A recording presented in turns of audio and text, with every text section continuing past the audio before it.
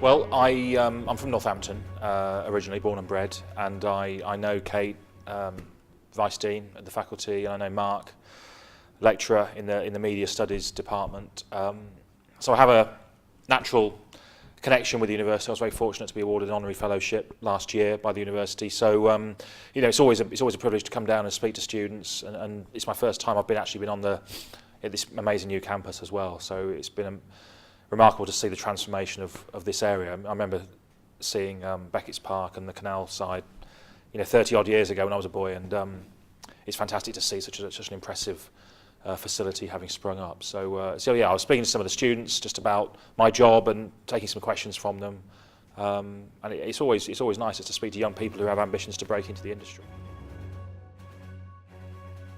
When I was a schoolboy, I knew that I'd love news and current affairs, and I was just interested in the news. So I had this feeling that that's what I wanted to do as a job one day.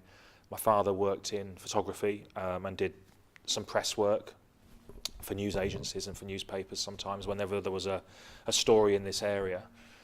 And I did work experience for a Northampton press agency covering court stories. When I went to university, I tried to do work for newspapers and TV companies in holidays and write for the new university newspaper. And all the time I was just sort of developing.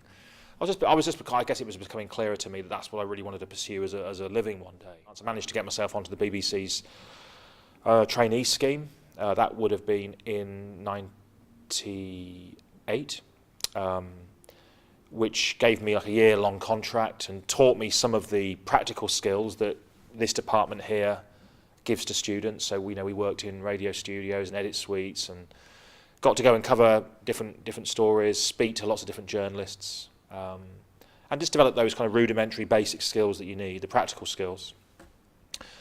And then the rest is history, really. So I just sort of built my career from that initial stage. Wow. A pure sporting moment. I really enjoyed covering the 2013 Lions tour to Australia. It's my one time I've covered a Lions tour.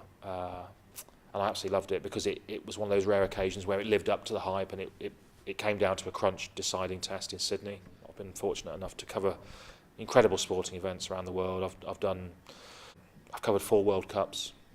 I suppose England reaching a semi-final of a World Cup, it was the first time I've ever really had the chance to report on a successful England side at a World Cup or a major tournament at all. So that was pretty special last year.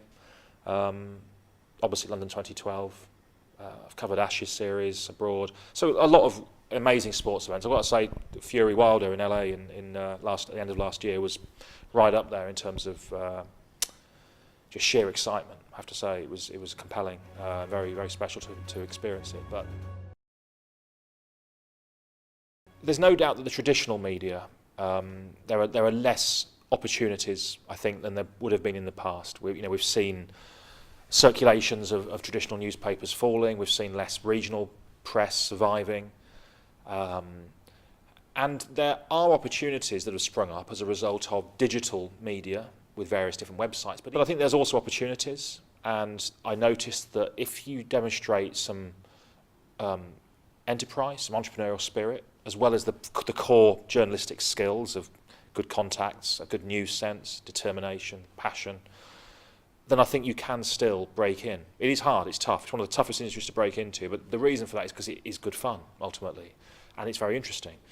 But I think you've just got to look for the opportunities that there may be out there, see what the prevailing winds are in terms of interests in certain areas. So there are opportunities there for young people. I think they have to be prepared to be a bit more nimble, a bit more flexible, maybe work. I think freelance is for a lot of people the way they're going to have to go, which is challenging in some ways, but also presents opportunities and variety in others.